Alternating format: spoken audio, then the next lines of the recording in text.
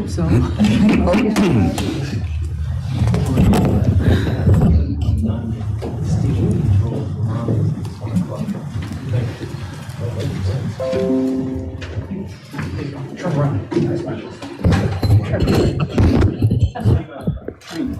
Okay, we'll go ahead and get started. I call to order the meeting of the Manassas Park Governing Body for Tuesday, November 16th, 2021. First, we have approval of the agenda. We'll be striking 9D. Are there any other changes to the agenda? Madam Mayor, it just says that there's actually 2 items under paragraph 7 in the closed meeting. Okay, 2 items for closed meeting. Right, and there's 2 items under paragraph 19 as well. Okay, thank you. Are there any other changes? Okay, so do we have a motion to approve the amended agenda? So moved. Second. All in favor? Aye. Opposed, abstained, motion carries. Please join us in a moment of silence, and Councilmember Hampton, would you lead us in the pledge? Yes.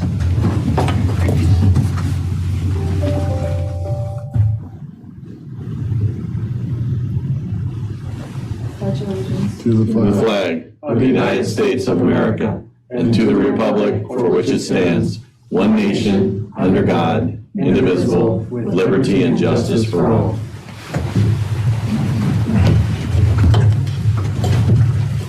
Okay, next is public comment time. There'll be 2 opportunities this evening for public comment. The general public comment right now, and then we have a public hearing. So is anyone signed up to? No one signed up. No one. Is there anyone who has not signed up but would still like to make public comment? Seeing no one and hearing no one, we will move on to the public hearing. Public hearing is regarding penalty for violation of vehicle licensing and decal display requirements. I declare the public hearing open. Good evening. This was prepared at the direction of the governing body at the last meeting. This is to modify the Section 14-122 of the Code of Virginia. And this essentially makes it so that you can get a ticket every 30 days for not registering your vehicle and placing the decal on your windshield. And then there's a cumulative fees. So, if you get it every 30 days, it's an additional charge each time. I would like to point out that there are additional fees also. The police department, they send a letter out, certified mail. That's an $8 charge because that's what we pay. There is also a DMV stop, and DMV, there's a pass-through charge associated with that as well. So the fine itself is the primary amount, or the primary cost, but then there's also additional fees that are placed on it. Okay. And all of that needs to be paid before we will go ahead and before they'll be in compliance. I'm sorry. Mm-hmm. Any questions or comments? No questions from the governing body? Okay. Is anyone signed up to make public comment regarding the penalty? I don't see a list here. Is there anyone who did not sign up but who would still like to make public comment? Seeing no one and hearing no one, we will move on. Do we have a motion to close? So moved. Second. All in favor? Aye. Opposed? Abstained? Motion carries. Thank you. This will be voted on at the first meeting in December. Is that correct? Yes, ma'am. Okay. Thank you. Okay. Moving on to number 4. This is recognition for Employee Spotlight Award. This resolution is recognition of Department of Parks and Recreation employee Grace Cruz for her outstanding service to the city. Whereas the governing body of the City of Manassas Park are extremely grateful for the great service provided to our community by all of our employees, and whereas the governing body desires to recognize outstanding performance of our employees as they accomplish important projects, innovative solutions, and/or are recognized by residents and/or partners in our community and region for their outstanding work, and whereas the Aquatics Division employs the largest group of part-time employees in the city, most of whom are high school or college age. The pandemic reduced our normal summer recruitment techniques by canceling job fairs and school lunch visits.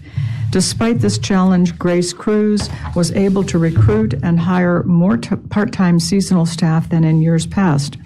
And whereas almost every customer service, parks and recreation, aquatics, and/or leisure industry position experienced a labor shortage this summer, most local swimming pools and water parks had to reduce their operating schedule as a result. However, due to Grace's impressive hiring and staffing initiatives, the Aquatics Division was not short-staffed and was actually able to increase operating hours at Signal Bay Water Park. And whereas the Department of Parks and Recreation projected a decrease in revenue at Signal Bay Water Park for the summer due to lingering COVID concerns, reduction in daycare visits, and canceling the sale of our traditional seasonal pass, despite this projection, the water park had its best season ever with just under $200,000 in revenue in a single season. July 2021 saw our best revenue month and our highest customer volume ever. And whereas the increase in aquatic customer volume could have easily increased the number and severity of customer complaints, we actually received fewer customer complaints than in years past and saw an increase in positive customer feedback. Additionally, of the complaints received, only one referenced perceived safety or health deficiencies. Grace conducted regular, effective in-service trainings with the aquatic staff and frequently conducted facility audits. And whereas this was Grace's first summer managing the staff at Signal Bay Water Park, she did so with ease. Not only did she conduct regular in-service trainings, she also conducted several team-building events for the staff to include water polo games, staff movie nights, and lifeguard Olympics.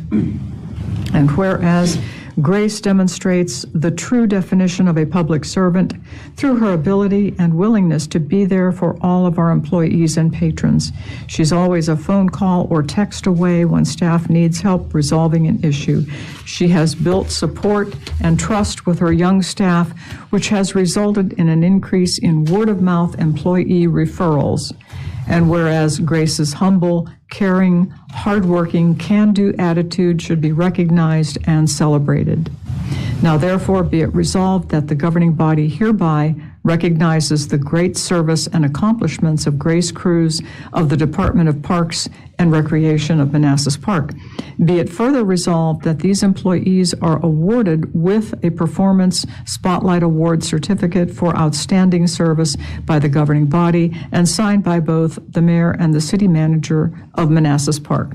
Do we have a motion to approve? So moved. Second. All in favor? Aye. Opposed? Abstained? Motion carries. We have with us this evening Ms. Sarah Barnett, who is Deputy Director of Parks and Recreation. Would you like to say a few words? Yes, please. Yeah. I just wanted to say thank you to Grace for all of her hard work and dedication to our department. She's been a knockout since day one, just, knocking it out of the park. I know that I'm extremely thankful. I know our staff is extremely thankful, and I'm sure that the patrons and residents of Manassas Park are thankful for everything she's done as well. And on top of that, I do want to take this opportunity to thank the governing body. 2 years ago, I came to you guys with staffing issues, and you guys showed your support and helped fund this position. So none of these things that were accomplished this summer would have been possible without your support. So thank you. Okay. Thank you.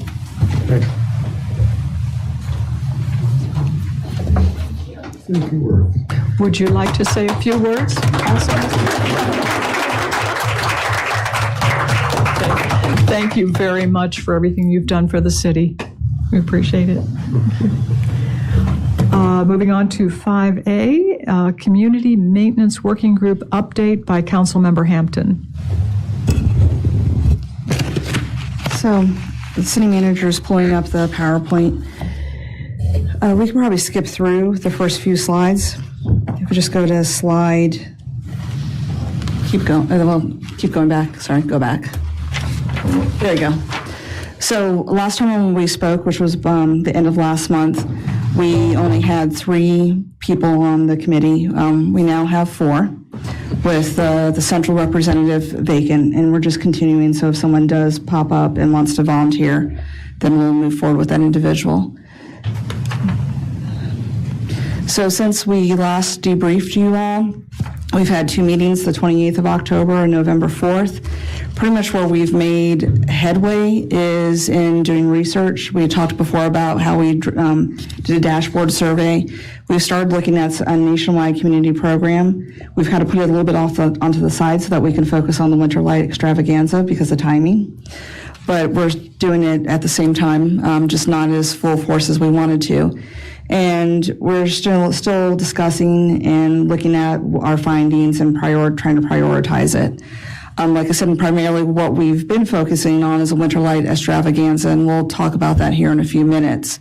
I already talked about how we start. Our next steps is we're looking at more nonprofits and other municipalities to see what best practices they have. We're still having the twice a month meetings to the end of the calendar year, and then next month we'll figure out what our meeting cadence is for next year. The city manager's request last time to do outreach to apartments. My colleague, Councilmember Moore, and I, were going to do that independently of the Community Maintenance Working Group because it really doesn't fall in there, but we're happy to do that outreach. And then the Winter Light Extravaganza, which has been consuming most of our meeting time. You can skip to the next one, please. That's our meeting schedule in case people are interested. Keep on going. So what we've done so far is probably I think what the funnest part we've done so far is picking out the logo. Yeah.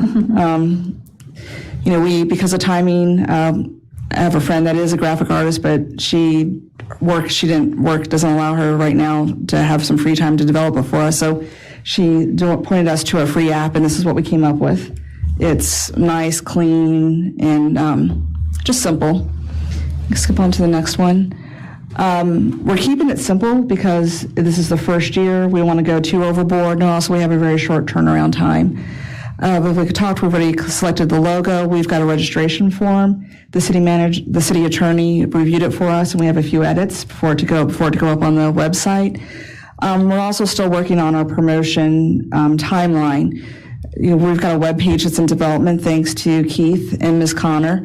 We're going to use Google Maps to identify the houses that participate in the program. And we're also starting to build out our collateral material, including signs and announcements. And we hope to have that to Ms. Connor and possibly Keith here at the end of this week so we can kind of launch the whole entire program. And this is our timeline for the remainder of the year. We were hoping to get things up by the 15th, which was yesterday, but we're running a little bit behind, but that's okay. So we're going to do promotion from November all the way to December 13th, where December 13th is the last day to register the house for the Winter Light Extravaganza. With the 17th, we're going to do the judging. The judges, we just don't know just yet. It's going to who and how many is going to be dependent upon how many houses participate. And then, let's see, on the 18th is when we will announce on social media and web who the winning houses are, as well as deliver yard signs to the winners. And just a reminder that there are going to be winners on each section of the city, east, west, central, and then overall. And then we'll close everything on the 7th, and then recognize the winners in the first governing body meeting of the new year. So when we meet next time, we'll have a better update for you, and we'll also, once we get things up and running on the website, we'll let you all know. Any questions for Yessie or I? Questions, comments? No, thank you. That sounds very well organized. Yeah. Yeah. Thank you. Super, thank you. Okay, moving on. Next, we have Manassas Park City Schools Budget Amendment Request Presentation. And we have with us this evening Mr. David Lyon. Mr. Lyon is the Executive Director of Finance for our school division, so welcome. Oh, I'm sorry. Okay, good evening. Before I begin tonight, I'd like to take a moment and express my gratitude to everyone. The other day when we had our visit, Take Your Legislator to Work Day, I appreciate everyone's welcoming me to the team. I really feel this is one city, and we will work hard to achieve each other's goals and certainly the goals of the governing body. I'd also like to take a moment to thank the city manager and his team. They've been supportive and made us feel part of the team, and really we are one team. It's very welcoming here, and we look forward to working together with everybody. All right. You want to scroll down with the mouse? Scroll down. Oh, scroll down. Yeah. Thanks. Our budget is centered around our strategic goals for the school system, and we have 3 strategic goals, as you see there on the slide. And everything we do in our budget links back to a goal, and links back to how can that impact student learning in these kids. Before I begin on this slide, I'd like to step back a moment and just briefly touch on fiscal year 21, which we just closed out. The auditors are working to close out the financial statements. We have not received yet the financial statements from them. But based on my preliminary calculations, I can tell you an unaudited surplus or FY21 of around $911,000. So going into the presentation tonight, we do have some purchase orders that were open at the end of the fiscal year that could not be closed due to supply chain shortages and so forth related to the pandemic. And those are the purchase orders listed there on the table in a total of $107,000. The copier contract, they couldn't replace the copiers at the time because they didn't have access to the new copiers. I believe there was a paint shortage of the striping. The gator and the power washer cannot be delivered by the end of June because of the ordering delays in supply chain.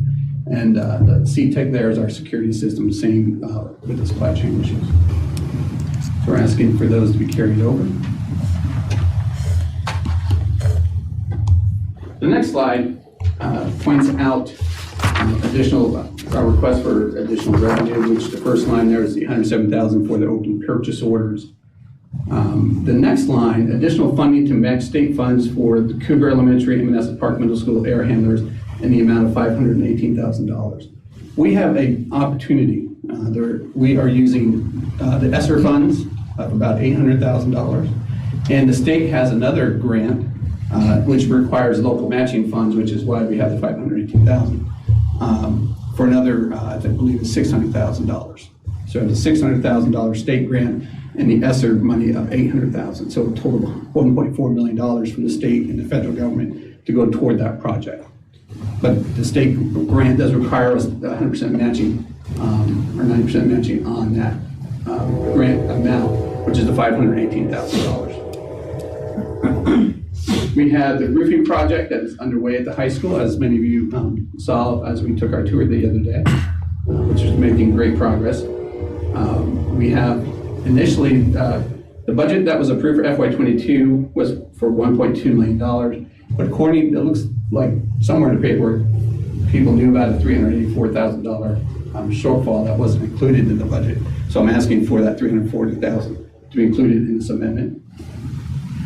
As you know, moving into the new building, the budget inherited did not include any funds for new furniture, so I'm asking for that to be included. And those are estimates. Hopefully it'll come in under that, but right now we're in a time of inflation, which is at the highest rate it's been in 30 years, which is not easy to calculate in. And Dave, could I add? Oh, sure. Yeah, just for the furniture, so the public understands why the schools and the city's going to be requesting this as well as part of our budget amendment. We're moving from offices to open office space, which requires cubicles. So that's why we've been sourcing vendors for that. So we will have a proposal for the governing body as part of the budget amendment for those cubicles, also new chairs as well. A lot of our chairs, including mine, are already broken. So we're in kind of need of new chairs anyways. So you'll see that more detail as part of my budget request, but I just wanted to give you that background for why it's also here for schools, because we did the same thing to them. Everyone's in offices right now, and we're moving a big chunk of their employees to cubicles. Just a follow-up. Yeah. So wouldn't there be economies of scale if you're ordering cubicles, the school's ordering cubicles, that we do one contract so that they all look uniform, and we get some economies of scale with one contract? I'm not sure we would, because I think, Keith, correct me if I'm wrong, we're already using a GSA scheduled cost for those cubicles, so I don't think there's any lowering of prices. We certainly can share the vendor information with the schools. Sure. And see, but I'm not sure we would get a lower price. I don't know. It's already a GSA pricing for those. Yeah. But we'll give you the line item kind of breakdown of what that looks like. How about the moving costs, combining the moving Yeah, costs? we could certainly look at that as well. Yeah, absolutely. We definitely want to partner in this. So, yeah. Great question. Yes, we definitely want to partner, and these are estimates, moving expenses at $25,000 for a total of local revenue of $1.1 million. The next slide summarizes the state and federal reimbursements for different grant projects, and in a few future slides where I give you an itemized list of these.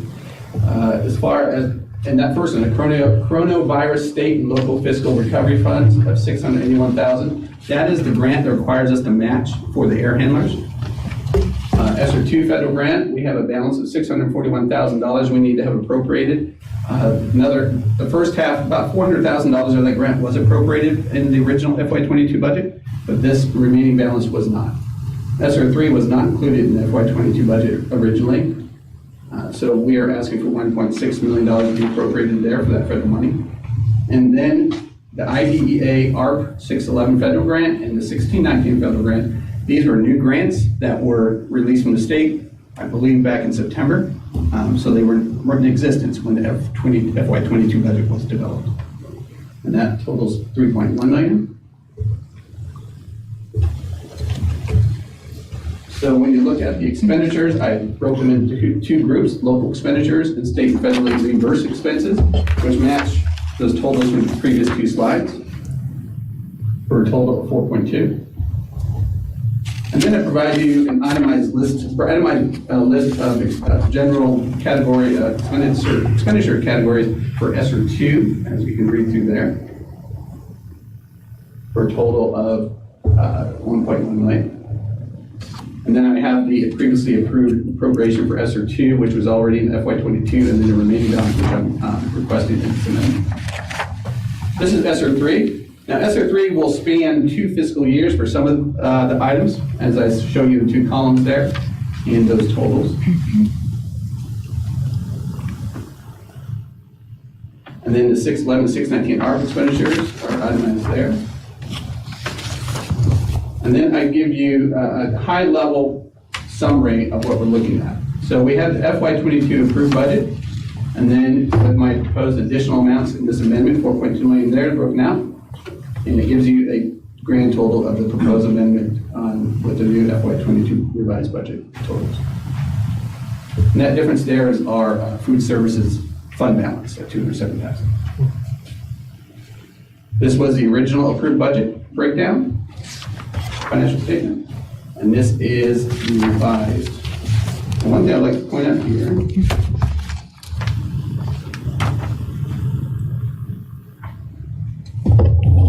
column 208, this is our capital projects here. This is where we put the air handlers.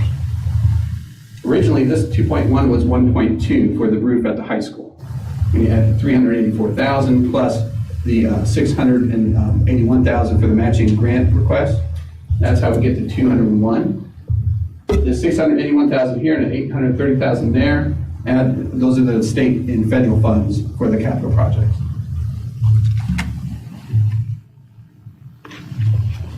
And so when you go side by side, kind of a high level comparison of what's approved currently and what's been proposed by the line items by revenues and expenditures, you can see the differences here.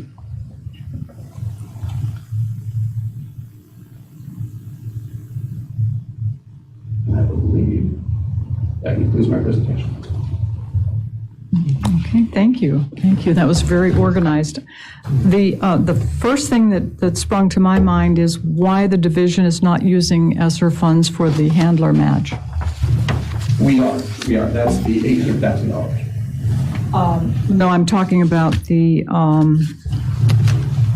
518,000. That's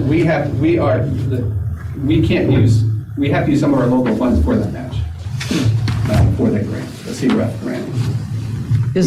We're using about 1.4 million of the ESSER in the state and the remaining state grant for the rest of the expenditures on the air handlers. So you legally cannot use ESSER funds for the 518,000? Is that what you're saying?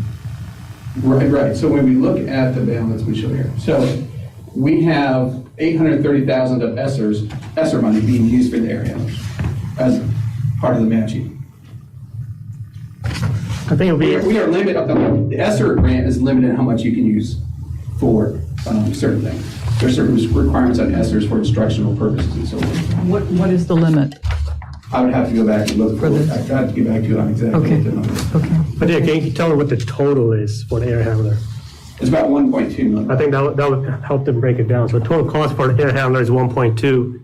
Out of that ESSER funds, you're using 830 Correct. towards the 1.2. There's a balance of 583. That's what they're Correct. requesting today. Correct. Right. So the total cost is what you have to look at is 1.2 million. Correct. About 1.2. Well, no, I understand that. Right. I'm questioning why the ESSER funds cannot be used for the 518,000 plus. The ESSER funds are only 830 could be used. Right? Why that has to be local funds? Because there are other parts in the ESSER grant that we're using for instructional purposes that we need to use for instructional. So we can't use the entire ESSER grant for the air handlers. And for the matching. So that is a mandate. Are you saying that's a mandate? There is a mandate on the ESSER grant that has 20% of that has to go to learning loss. I know that much. I would have to go back and talk to my instructional team to see if there are other requirements on. Other Okay. requirements. Okay. Because the first thing that one might think is that you could forego some of the positions in favor of placing those resources into the match for the air handler. I suppose that could be up for discussion. I would have to take that back to our team, and I believe the priority of the ESSER funds is for learning, go directly to students, but I can take it back to the Okay. team and ask them. I don't want to monopolize the questioning, but let me just ask you one more questioning. During the FY22 budget season, the division at that time requested 14 FTE positions. How many of those were actually filled? Of those 14 positions, I believe we still have the new positions. I believe we have 4 or 5 still open. I'm sorry, We have 4 or 5 still open. Again, I'll get. 4 or 5 are still open, so you were able to fund 9? Nine or 10? Off the top of my head, yes. I'll Okay. get solid numbers for you tomorrow. Okay. Because the learning loss, if the ESSER funds were diverted to matching the air handler funds, then perhaps the learning positions, the learning loss positions could be funded through revenue from turnover or attrition? Do you have I would a? have to look at Okay, the exact numbers to answer that question. Okay, thank you. I won't monopolize the questioning. Does the governing body have any questions? Daryl's got a Well, I just had one question Yes, go about ahead. the furniture and the moving expenses. Are any of the extra monies, can they be used for furniture and for the moving expenses? Are those categories that the money can be spent on? We probably could, but right now we have prioritized the ESSER money toward children. We've used as much as we can, I believe, toward the matching for the grant, but I'll double check. So there's no guideline against it? You just decided not to fund in that category? Right, I don't believe there's any forbearance. on it. Forbearance, that's the question, okay. So, yeah, I think, Can I also add, for ARPA money, we can also use it, so for any ARPA-funded positions. I'm guessing if some of these, because ESSER 3 is essentially ARPA, right? ESSER 2 is CARES Act. So potentially the city could use, and the ARPA legislation was pretty clear, we can use it to support our school system as well. So if that's something, the route you want to go, we can identify which is what we're doing. We're identifying which cubicles and computer equipment are going for ARPA-funded positions, and we're going to use ARPA, we're going to propose to use ARPA for that. We already had some budgeted for ARPA money for that. So if that's something you all would want to do to help out the schools, that's something we could consider as well.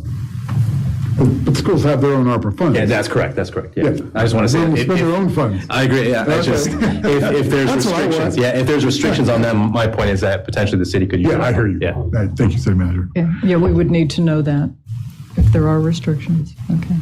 That's the only question I have. Do you have a follow-up? No, I'm good, thank you. Councilmember Hampton? Yeah. So something that would probably help me in deciding the choice to make this choice is if you could somehow indicate what things are essential. This is something that I've had to do at work. What expenditures are essential, what are nice to have, and what are pie in the sky. Because I don't know the business of education. So sitting from where I'm at right now, and it's not that I'm against education, because I'm a lifelong student. I've been in school since I don't know when, and I'm still in school. But that would help me, and I'm sure it probably would help others, because looking at this enhanced cleaning, to me, I'm like, well, I don't understand why that's, I do, but I don't understand why that be considered essential. So anything you could help to help educate me on this budget would be most appreciative. Let me try to scroll back. Can you see that? No, my roller stopped working. So I don't. So when you look at, for example, ESSER 2, which line items here, contract tracing services. I mean, I'm looking down the list here, and everything here, off the top of my head, I would say is essential. We're suffering. Students haven't been in school for a year and a half. The learning loss is significant. They need a lot of support. But I can take this back to our instructional team and see if there's anything that could be. Because we're going to have to do the same thing. I would imagine if we, looking at the extra 1.4, we were going to have to do the same thing looking at the overall city budget.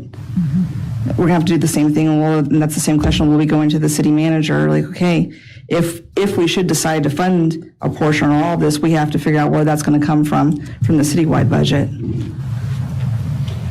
Oh, yes, I understand. I'll take it back and Yes. see what they say. Yes, please. Thank you. That's it. How many FTEs does this paperwork represent total? So out of the ESSER 3, I'd have to go back and see how many, but if you look at the ESSER 3 expenditures, the cost that I could span 2 years, those are 1 FTE each. So early math intervention instructional aid is 1, early math intervention teacher is 1, elementary school counselor is 1. Same for the secondary attendance officer and translation services. I believe that's actually So there's 5 on that page? 1, 2, 3. There's 4. Translation services is not a 1 FTE. I think that's a contractual service. Okay. But the other, there are 4 FTEs. Okay. So if you have already hired the 9 to 10 for the FY22 budget season, and you hire these 4, that would be 14 more positions in 1 fiscal year. Yes, That feels like a lot. Yes, I'll need to go back and look at the hard numbers and the exact FTEs that were filled and not filled. I do know several of those were in the ESSER grant. Okay. Yeah. What was your ADM as of September 30th? I think 3,337. ADM is average daily membership. That's not our total, bodies and seats, but the ADM was 3,337. How did that affect your revenue? They haven't released any new estimates yet. That'll be coming out in December. Okay, so you don't know yet. Okay. Okay, I don't have any more questions at the moment. Anybody have? Yes. No, I just got a comment. So, I just want to touch base on a couple of items that were brought up today. So the air handler cost is 1.2, right? The city, I think, took responsibility for school capital improvement projects. If they did not use the $800,000 federal grant, then they'll be coming for 1.2 million. Instead, they're coming for 500,000, right? So I just want to address that. It could be 1.2 million. We would have been coughing up right now. But instead, they use the grant money, and then the remaining balance is, in order to get that grant money, is we have to reimburse them or cover the 500,000. Well, no, I think everybody understands. We understand the carryover. No, not the carryover, the air handler. And, well, no, I'm saying we understand the carryover. We understand that we committed to the roof. It's the additional match on the air handler that is, honestly, this is a big ask. This is about 8.16% increase over the $13,900,000 that was provided in the FY22 budget. Well, that's what I'm saying, man. Big ask. Okay. What I'm saying, that 518,000 could be 1.2 million. But doesn't necessarily we're going to fund it at this time. Yeah, Capital- I know, yeah, I'm just saying, it could have been more than that, instead of using federal grant money to offset the cost of the city. They're saving the city money, basically. Well, but it would not be a mandate to purchase that. Right. To purchase the air handlers? Yeah, they wouldn't have to. What do you mean? I mean, they need air handlers, right? It's not working. So either they come to the city for 1.2 million, or they come to the city using grant money for 500,000. You understand? No, I understand what you're saying. I just don't think that's a viable scenario to bring up. I don't think it's a viable example. I don't know, I'm kind of lost though. So you would rather have the 1.2 million? Excuse me? Oh, I'm saying you would rather have the 1.2 million in here instead of the 518,000? No, I would not. Well, that's what I'm saying, so. I don't see. If they did not use the 800,000 from the federal monies, Right. then it would be 1.2 million. But if there were no federal money, there would be no need for the air handler At this time. at this time, yeah. Well, I think they put a request for air handlers. Yeah, go ahead. I was just, the air handlers were not working, and you guys put a request and used these, the grant money towards it, right? The state grant was specifically for HVAC, replacement, repairs, and so forth. This is a matching grant, and they allowed us to use ESSER funds to match the grant. If we don't do this now, then we're pushing the cost down the road, and we will have to come back, and it will cost more down the road, and we won't have any matching grants at that point. Are these air handlers, are they already in the school and need replacement, or is this something that's new for purification purposes? It's replacement, and it is for purification purposes. So And that's the dual same thing purpose, as cleanup. dual purpose, okay. Okay, thank you. Any other questions or comments? I have a question. Yes. It's mostly for Laszlo. So if we were to grant the $1,100,000, where would it come from? Yeah, unfortunately, I can't answer that right now because we're still working on the budget amendment. So it'd be something that I have to find within the budget and get that balanced. Yeah, I always bring balanced budgets, but I have to go through the numbers here tomorrow and then when I get back next week. Yeah. Okay, thanks. Yeah, because for me, it's going to depend on where we're taking it from. We were hesitant 2 meetings ago to spend less than this, wondering where it was going to come from. Exactly. So I think we need more, I personally need more information. Yes, absolutely, yeah. And we need more information from you regarding the mandates on the ESSER funding. And the FTEs. Yes, and the FTEs, thank you. So what would happen if the city did not match the 518,000? The project would not occur at this time, and we'd have to push it into the out years in our capital improvement plan, and at that point in time, I've never seen matching funds come from HVAC systems and since I've been in education. So at that point, we would have to probably carry the total cost. And the total cost will come to who? The city. Right, which would be 1.2 million. Is this Or more. malfunctioning? I they are in dire needs of repair and then have the purification system put into it. Okay.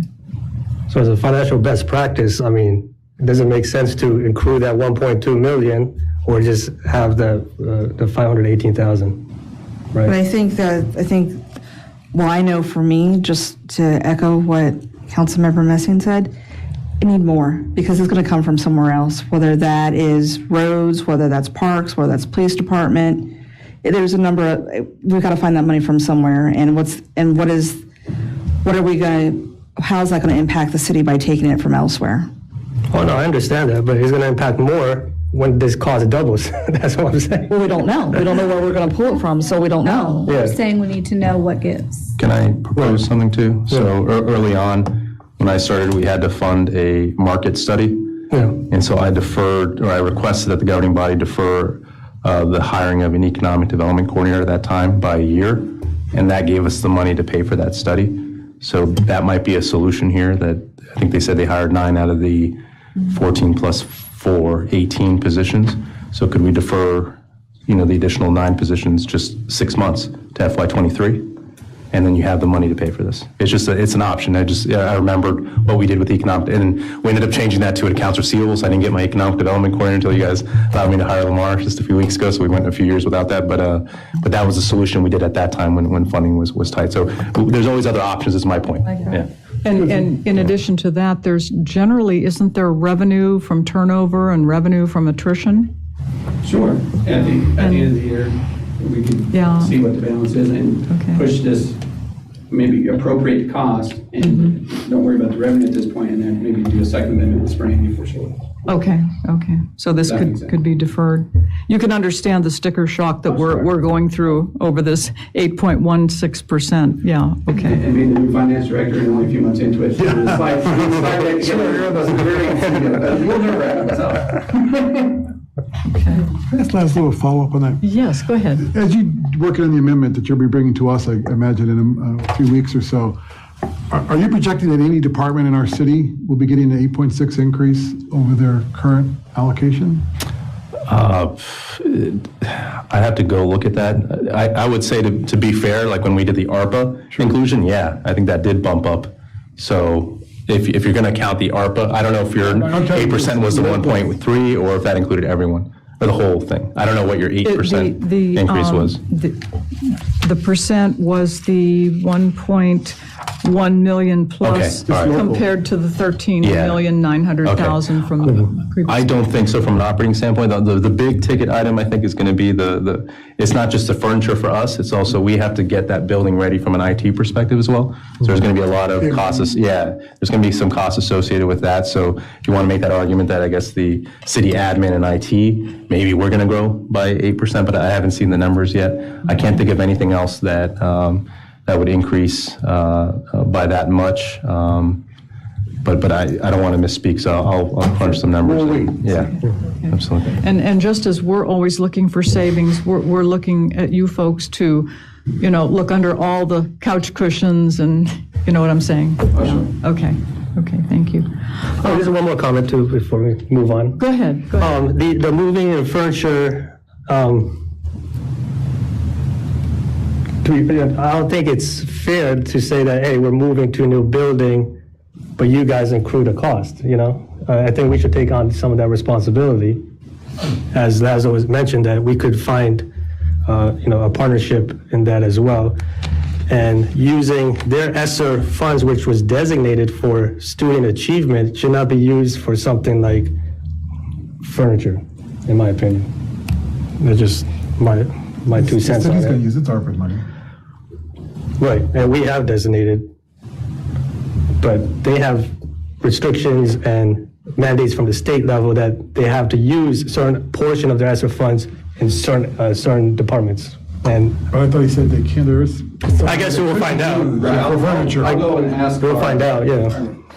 I just wanted to say that comment of it. Yes, our associate superintendent for instruction has been over the ESSER funds, and she knows the requirements a little better than I do, but I do know there's a 20% requirement for learning loss. And of course, our priority is the student learning, trying to put every dollar we can to get the kids caught up because they're significantly behind. It would help us to know the percentages attached to the various categories on these charts also. The percentage, like you said, there's certain percentages that must be used in a certain way. Yeah. So it would be helpful for us to see how that matches up to these charts. Okay. Yeah. I just have, do you want to have a follow-up, Hasid? Oh, the last follow-up is that air handlers are, you said purified for, I guess, for the circulation of the air? Yeah, I want to say ultraviolet. I have to talk to Mr. Neff to see, he's over that project. I believe there is a purification element component to the. So does it give you a percentage of effectiveness towards that COVID specifically? I would have to ask. Okay. I'll be interested to know that. Be conjecture if I just. Right. No, I understand. Yeah, I'm sure there is a percentage. Thank you. You done? Oh, yes, sir. Okay. One question I have, I'm not clear why this appears this way. The salary and the benefit line item on the FY22 approved compared to the proposed amendment, the salary and benefit line items both amount to the same in both category. Wouldn't Wouldn't the salaries increase if you're proposing to hire more? How- So, And the benefits are the same also. 27 million.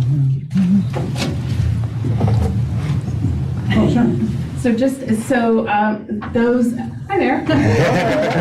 I'll just add a little bit about the ESSER fund. So the positions that were added under ESSER 2 are being extended throughout ESSER 3. So they are at the additional second and third year of ESSER 3. So they're not necessarily new people or new positions, they're just being continued through those years. So I just want to make that Yes. clarification that that they were added in prior to our time in ESSER 2, and then continued. So I just wanted that's fine. to clarify And- that Right. point. Would it be possible to indicate those positions that are, okay, thank you. Thank you. Yes, that looks fine, but it's the same.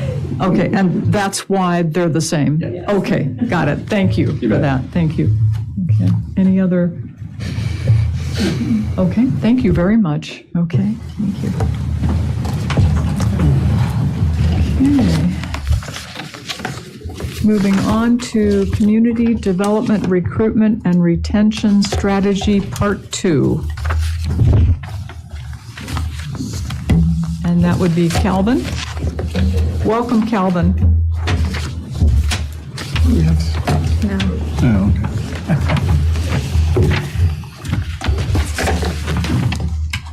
Sorry, the computer froze.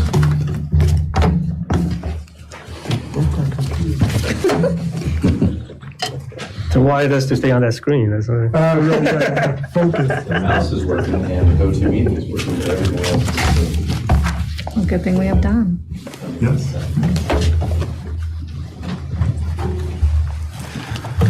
Luckily, Don has an agenda item. What's that? Attitude adjustment hammer. Reboot when in doubt. Control, Alt, Delete. Right, exactly. Really don't. You wanted to say that for a long time, didn't you? Control, Alt, Delete. When I was flying in the Navy, the in-flight technician used to say, I got to give him an attitude adjustment. You just go bang on it a couple times. It would work. Or it's not even letting us do anything with that. See, I don't see it in. Yeah, it's completely frozen, so we're gonna have to restart the computer, so. Can you plug in yours real quick? Was there a handout for this presentation, Liz? No. Do you want me to print out a copy while we're doing that? We just completed it about 30 minutes ago. You want me to print it I out? would, Maybe we can- paper, yeah, we could see it. we could see on it the on the- screen. All right, I'll email it. No. Yeah, email. Okay. All right. Why do you take out your leadership? Doesn't need to be voted on. We budget money for travel. So it's an approved by the board. I thought you were going to do it, I was like, I know. yeah, it's good.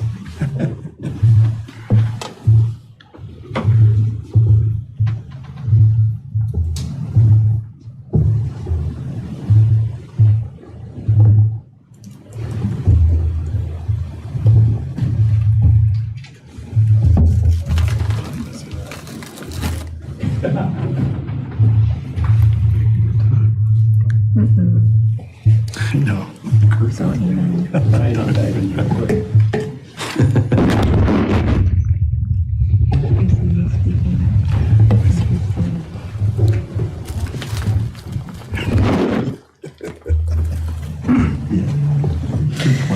Are we still on YouTube? Okay.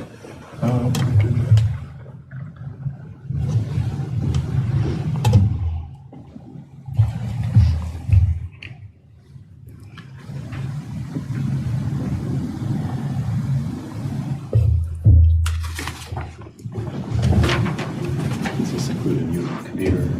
What? It's not even included in your computer. Yeah, that's all, I think it's all in there. Can you- That's Okay. It just looks like it needs some updates. Okay.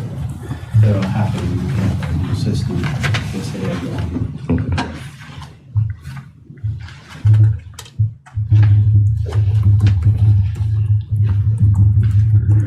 I think setting up for the broadcast meeting. Yeah. Broadcast that's what I meetings. was- You might want to not use the computer right now, because now it's doing updates. Can I connect my not computer? gonna Let me do that. Can't win. Don't say that. Murphy's Law. Plug you right. PC too. Terrible. I don't know if it's that side or the other side. It might be the other side. Okay. So we're just not going to be able to do go-to-meeting. All right. So the phone still works, okay. Doesn't take long. Allergy medicine, yeah. It's a long time. All right, so what do I have to do, Don? Do I need to connect to the TV or not? Yeah, you need to plug an HDMI. I plug this. Go settings. Display. Yeah, there are. Identify. It's going through here. So It has 3 screens.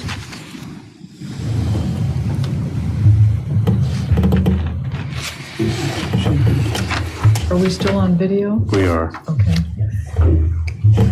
Folks at home, please hang in there. We have just a few technical difficulties. We'll be right up and running pretty soon.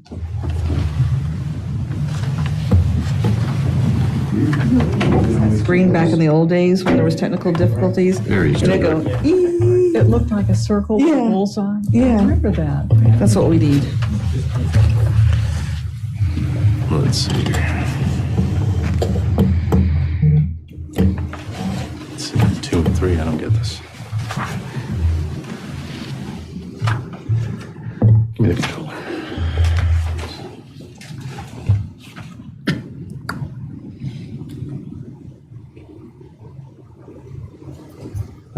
Yeah, that's only one.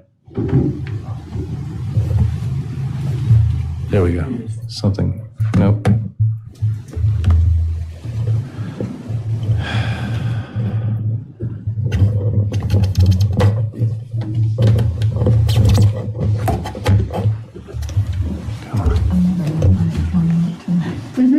Absolutely. Oh, yeah.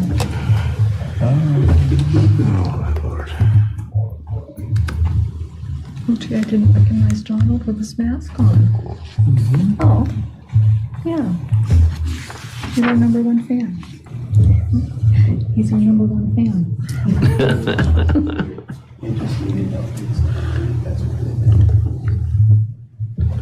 It's doing some weird stuff. Okay, let me restart my computer.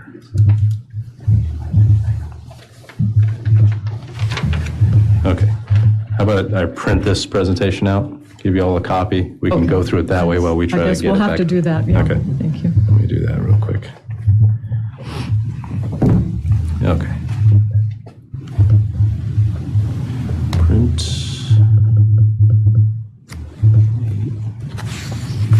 Staple. Top left. Okay, that's printing. Calvin, I printed one for you as well to kind of go through it. Okay. Let me know when it starts printing so I can turn this thing off. It is? Okay. I'm going to restart this computer. Hopefully it doesn't do updates for me.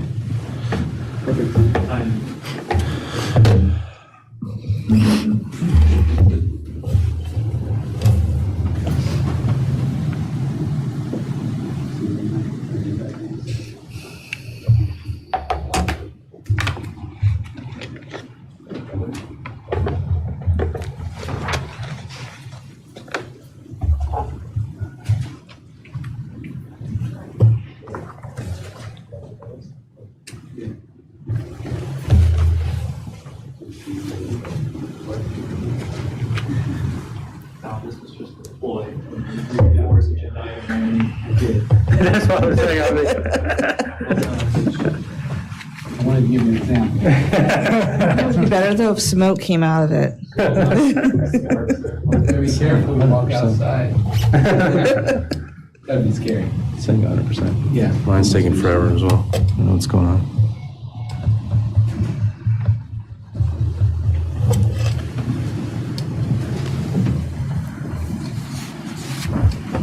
I sort of like the idea of deferring for 6 months. I think Daryl had a good idea.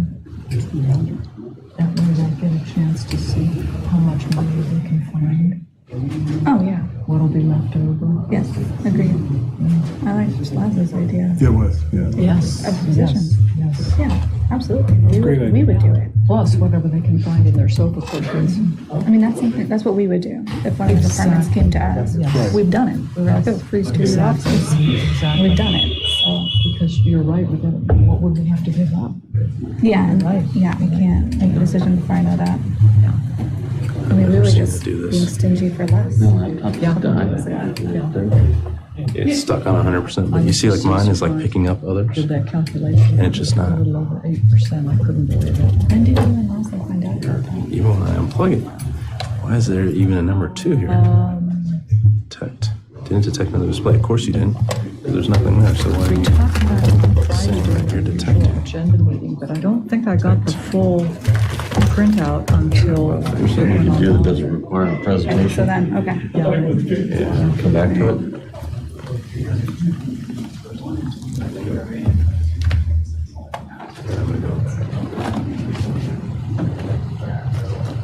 No, it doesn't want to do that.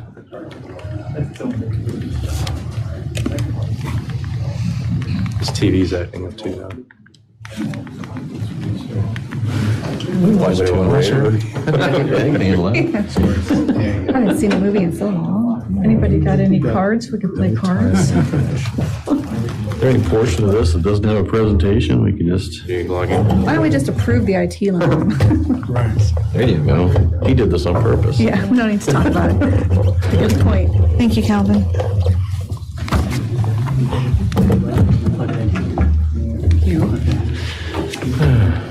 Thanks. When you plug it in, it's sensing something. It's just not popping No, up. this is cutting into your time, you know that, right? Thanks. Let's see. Oh, Preston. If Preston comes in, if you can be. All right, So, see, it's detecting it.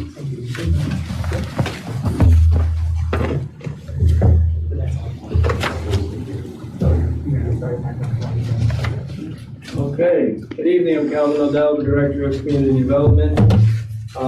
We had given a presentation a while back on Public Works, leadership, recruitment, succession and recruitment and retention. Went through some of the ongoing struggles that we're having in the Public Works division. Just to recap, sort of summarize the challenges. We've had 17 personnel cycle through a 16-position crew in the past 5 years. Overall, it's an 8.9% turnover rate, but if you look at those key positions where the turnover has been most prevalent, we're at a 20% turnover rate amongst those entry-level positions. We have 7 crewmen of the 16 positions with less than 3 years of tenure. And we've had 5 hires in the past year, but still 3 unfilled vacancies. We have 3 career crewmen that are able to retire approximately a year from now. And that will set up an average tenure drop from 14.64 years of current average tenure amongst the crew to 6.3 years of average tenure amongst the crew. So all in all, we are preparing for a loss of leadership, knowledge, and skill sets.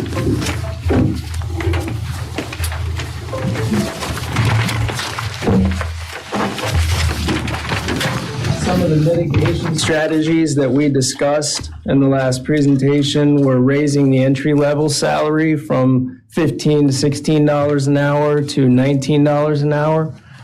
In discussions with some of our applicants and some of the people that we've lost, $19 an hour seems to be where our neighbors are starting their public works crewmen. So in order to stay competitive in the marketplace, we feel as though we need to be in that same place. We're exploring long-range organizational model. You can start clicking because it's working. Preston. I'll just use arrow. Yeah. We're exploring our long-range organizational model for mid-level positions, creating opportunities there for employees to move up, move into those positions so that we have more opportunity for advancement within our department. We're Also in discussion about an internal promotion plan regarding our crewman classifications of crewman 1, 2, and 3. And that will be based on achieving training and certification goals that are unique to each one of those levels of crewmen. And we continue to do pay scale evaluation. And we also are looking at things that can potentially spread the off-hours demand, including increased staffing. As you know, public works crew are often required to work some fairly odd hours because of emergencies and, just needing to get things done and return to normalcy for the public. So the off-hours work is often off-putting, and people are usually looking for jobs that don't pull them away from their families at, unforeseen times.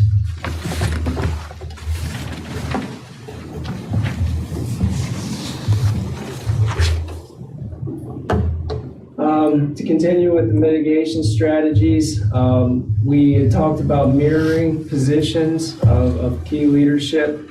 So we have some really good people in that list of tenured employees who have been serving the city for many years and have achieved excellent levels of certification and show great potential. And we would like to keep those individuals, and one way we can cover several of these issues is by allowing them to mirror some of those people that we're set to lose, so that they're setting themselves up for success in the position, as well as keeping leadership that the crew is familiar with. Overhire and entry-level positions to support that mirroring. If you're going to take staff and advance them up and have them mirroring a leader, you're going to leave vacancies at that labor level. And it also gives those mirrored positions an opportunity to participate in the recruitment process and start getting a feel for the management duties in those leadership positions. And then where we've been talking about this at some of our staff meetings, revitalizing a part-time employment plan that was utilized in the past by Public Works, seasonal help, full-time, or full-time, part-time help, year-round part-time help as well. But we've been in those discussions at our staff meetings. And one of the key things is when you lose leadership, it takes many years for guys to get familiar with the payment process and the budget model and things like that. And there is a big demand right now. Our operations manager is tackling all of the administrative duties that aren't being shared with Alan Rowley and myself. An administrative assistant will help not only solve the problems of losing some of that leadership, but also help us take some of the administrative work off of the three, I would say Alan, myself, and Laura, the three main managers of the branch, and share that work with someone else so that we can focus on training opportunities and preparing this incoming crew for the future. One of the reasons we're here, we wanted to summarize the cost of these strategies. Of course, raising the minimum rate, promoting people in the mirror positions, these come at a cost. So we wanted to share anticipated costs with you. The strategies with immediate costs, of course, are the hiring range adjustment. We can't just all of a sudden bring people in at $19 an hour when people that have been here for 2 to 3 years are still making $15.50, $16. So there's an increased cost not only in hiring people on at a higher rate, but also ensuring that the people that have been here and are already tenured employees aren't making less money than someone that's new to the position. The mirroring has cost because we are preparing these people for filling essentially leadership roles, higher level supervisory positions. So there is a cost associated with that. You can't expect someone to step up into a supervisory role and not be compensated. And the administrative assistant, of course, is actually a new position in the department, so that is actually a full cost to the city, not covered by any other funding. And it is an immediate cost. We would like to hire this at the same time that we make the rest of these improvements. So the budget impacts, we do have a unique opportunity. There is ARPA money on the table, and there seems to be a plan in place to use this ARPA money to increase salaries. It's desperately needed across the city. But we have an opportunity to advance that for the Public Works crew and use this ARPA funding in fiscal year 22 to achieve some of these goals. But in that, there's also the ARPA money didn't quite get everybody where they needed to be to the $19 an hour. And the ARPA money is not scheduled to cover benefits, but when you're increasing salary, of course, you're increasing benefits costs. So there are costs across the other funds. Again, we are Public Works, so our water and sewer crew are primarily paid out of water and sewer. Our streets crew is primarily general fund, and our site and storm crew is paid, primarily out of stormwater enterprise fund. So the ARPA money, for the rest of FY22, our plan would cost approximately $45,437.60 in ARPA money for FY22. There would be a general fund impact because of the streets impact and benefits of $5,897.83.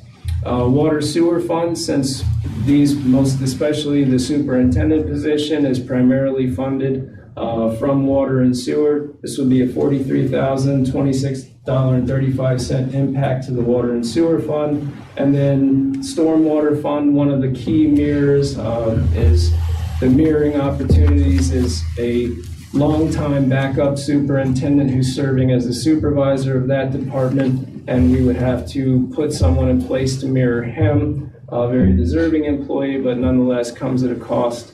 So the Stormwater Enterprise Fund would have to pay $38,287.75 for this strategy. All in all, the budget impacts for FY22 are estimated to be around $132,649.53 across these four funding sources.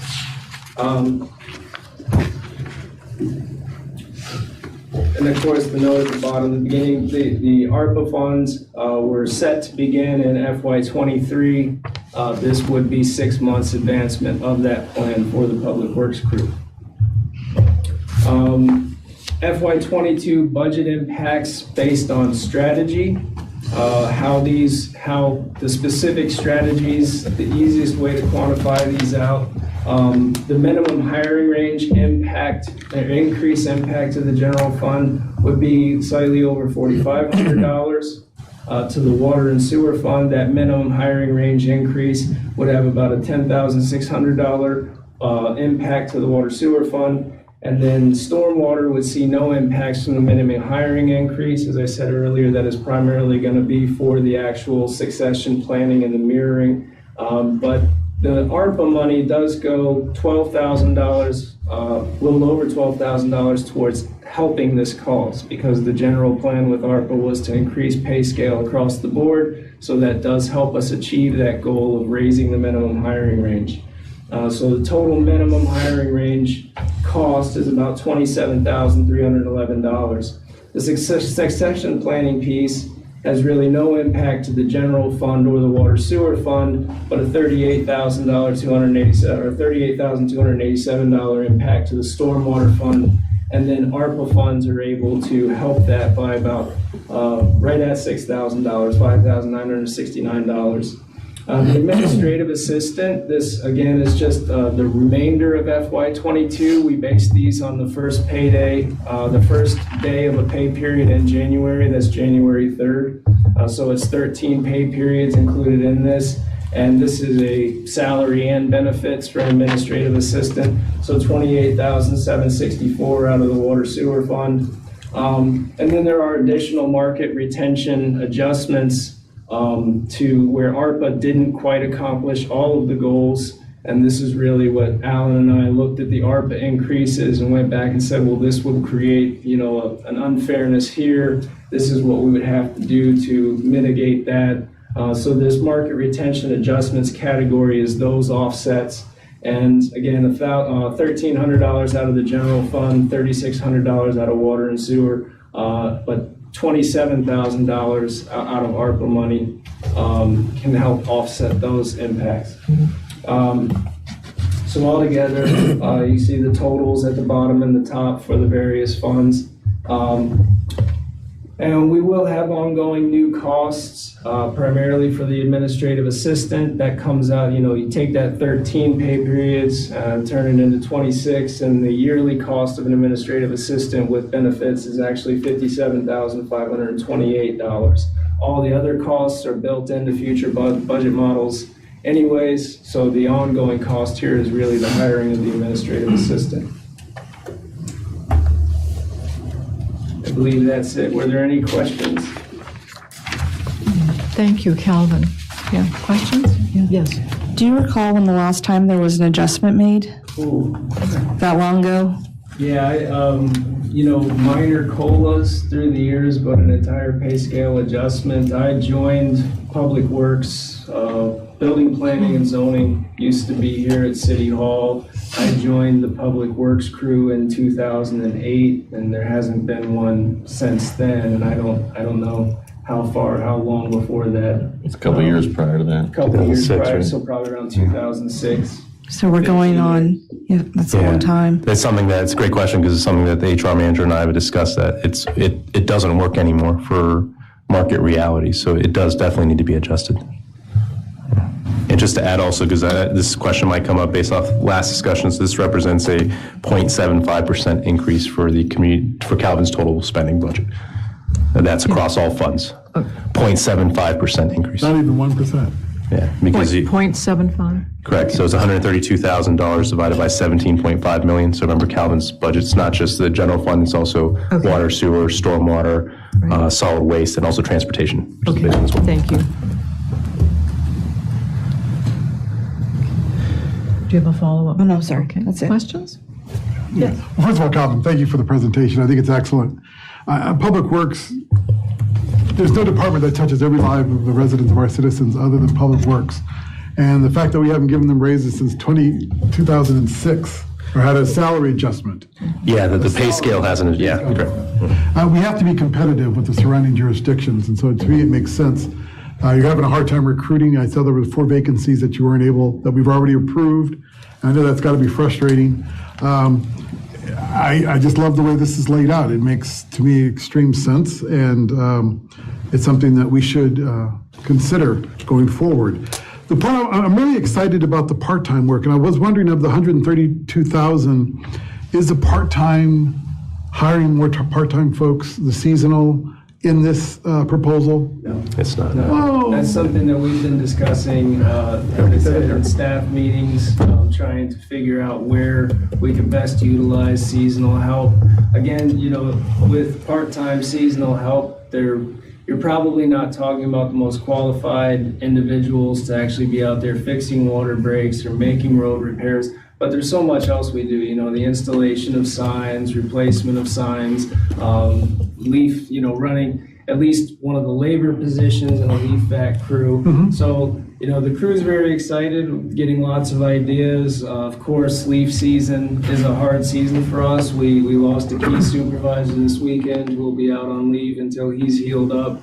And, we're very short-staffed right now, and leaves are stressing everyone out because it's, we have a few days of rain and we miss leaf pickup, and then it's everything we can do to try to play catch-up to keep the citizens happy.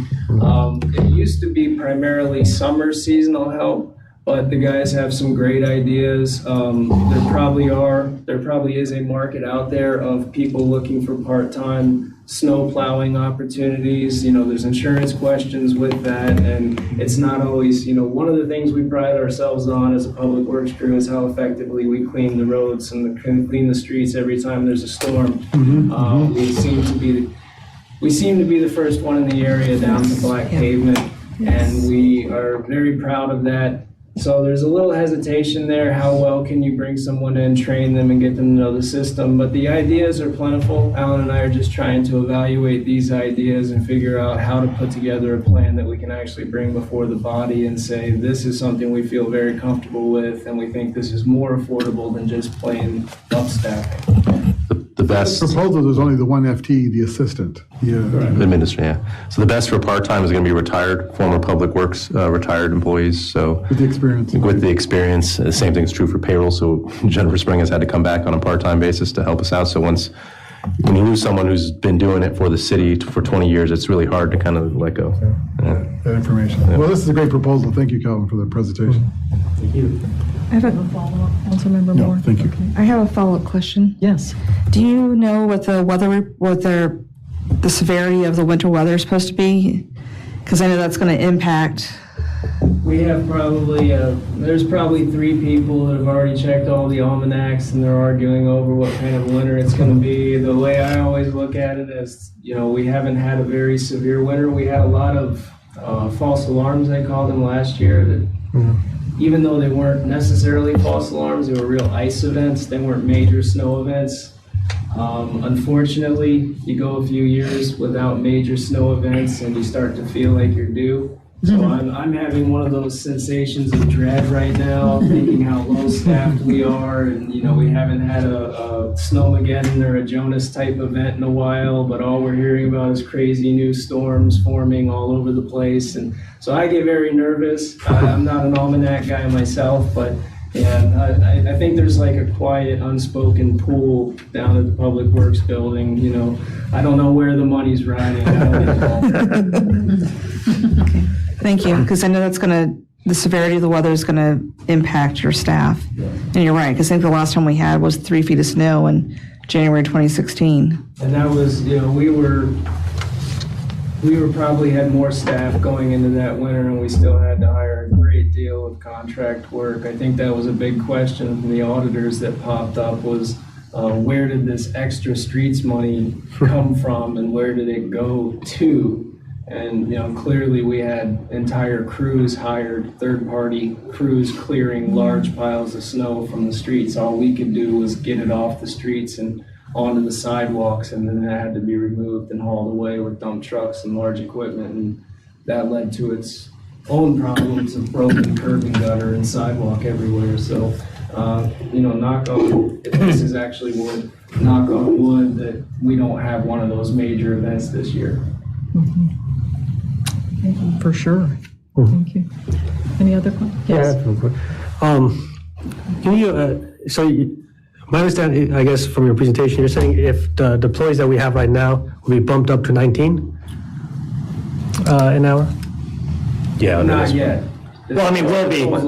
Yes, so there are current entry-level employees and even employees that have been here for 3 to 5 years that are making less than $19 an hour. Right. So this proposal does include bringing those people up above the $19 an hour hiring range. Yes. Right. So what I'm just thinking about the morale. I mean, they've been with your department for a long time, and then they just getting the same rate a new entry hire will get.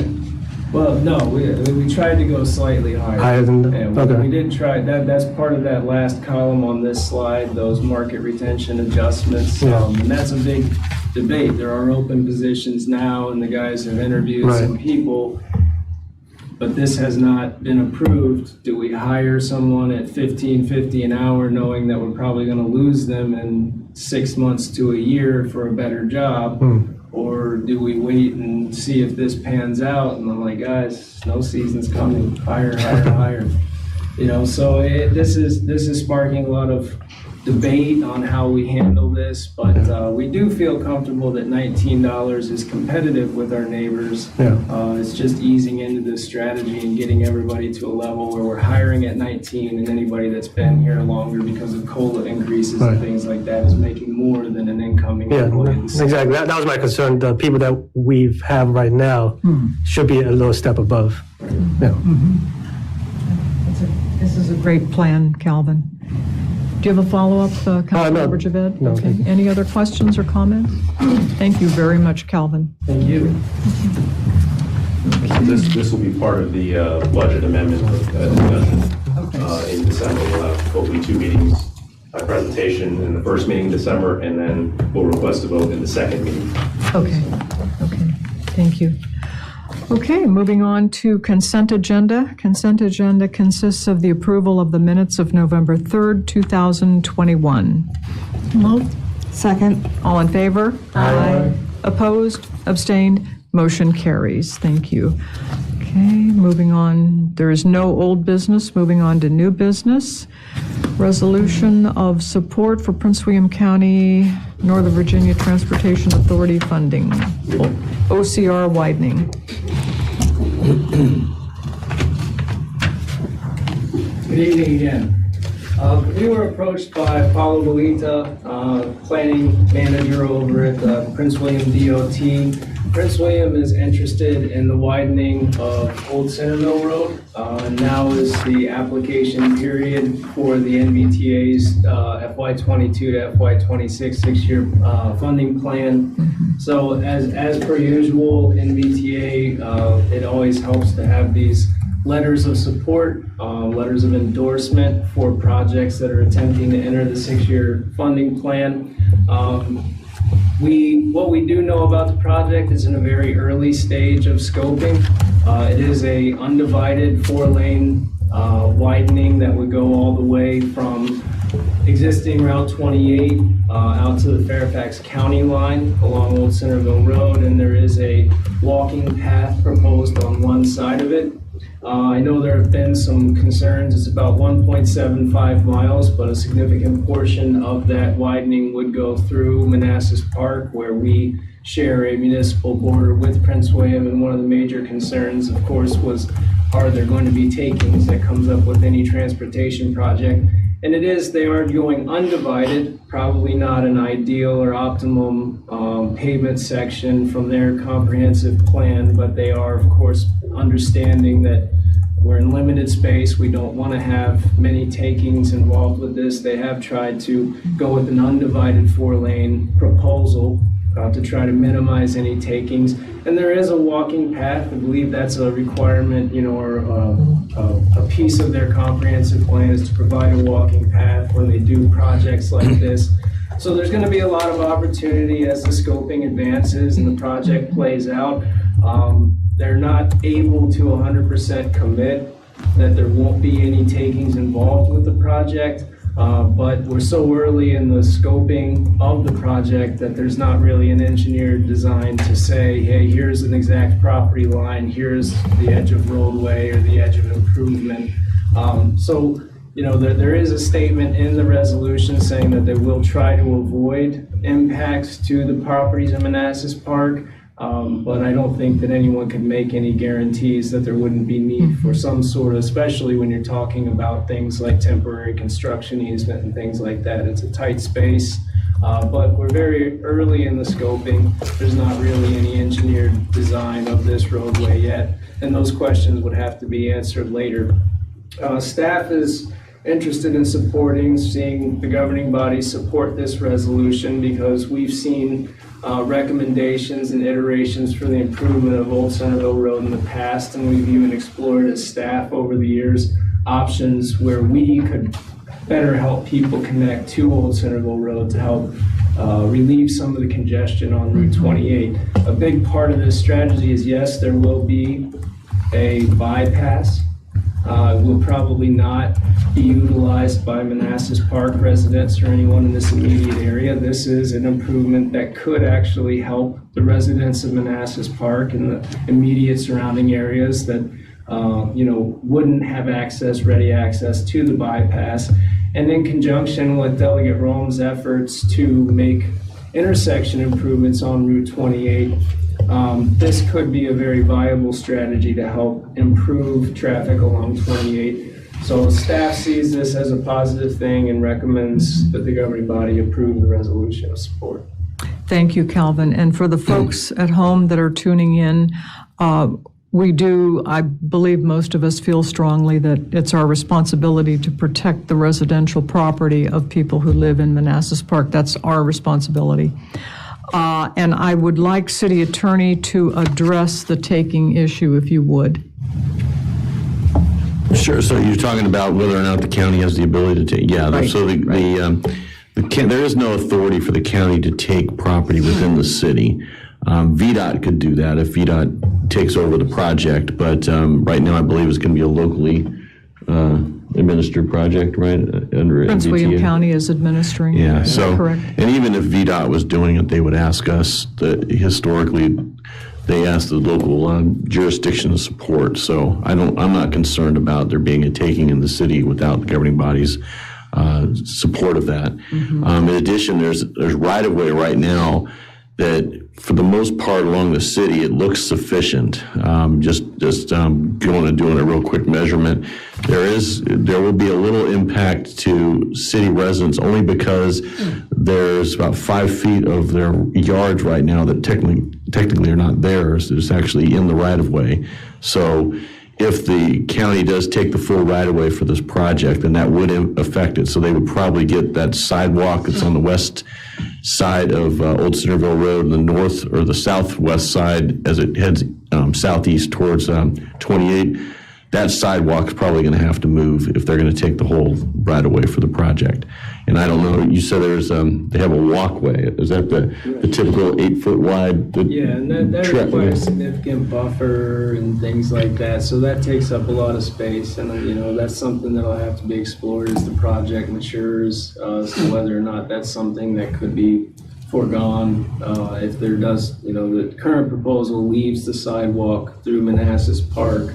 And there's always an opportunity possibly to forego a walking path with this widening to try to minimize how much land needs to be taken on either side of the road. So. Well, and as I've pointed out to the mayor, when you look at it from the satellite shot, even there's about 5 feet of yard in the Manassas Park side, but up to 25 feet on the other side. That's right of way that's being used. So they have more over on the other side to take or to use. Now, if they have to have any taking, it's very likely they'll take it out of the county because those yards are a little bit deeper there as well. So, I mean, just what I've seen, it doesn't make much sense to have to take any land from the city. And like I said, it would be something that they'd have to coordinate with you guys anyway. And this doesn't even have funding yet from the NBTA. This is just the first stage. We could be talking 4, 5, 6 years down the line. So right now the project estimate, I think the initial ask would be around 98 million, close to 100 million. That's a lot of money. I don't know that this project will get immediate funding. So there's this is very long-term outlook, good for Manassas Park to have better access to, northern or to Fairfax County. But it's a long road to go to get $100 million in funding. So yes, it is, and we all want congestion reduction on Route 28, but we also want to protect the residential homes of our citizens here, our residents. Any questions or comments? Questions or comments? I'll just make a comment because I'm not going to support it. It's just because we don't have enough information and I'm concerned about the lack of specificity. Okay. Regarding takes? Correct. Okay. And actually, this resolution is not even required by the NVTA. Only projects that go actually through the locality are required to have a resolution from the affected locality. So this is a show of good faith on the part of Manassas Park. It's being a good neighbor. It's not because it's required. Okay. Can I also make a point? I do think it's good policy. When I was doing the town halls for the downtown, the biggest critique that, to be honest with you, I think was justified by residents was the concern for traffic. But that traffic, again, is caused by Route 28. And we're going to be proposing a lot more types of businesses that bring a lot of people to our downtown. And when I go out to do town halls again in 2022, I know that's what I'm going to hear as well as the traffic. And that's a legitimate critique for everything that we do. So we always like to propose solutions to kind of help mitigate that, because it's not what we're doing here that's driving the traffic. It's the Route 28 congestion. So I do see this as a very important solution for helping that, because to Calvin's point, the Godwin Drive bypass doesn't really help our residents.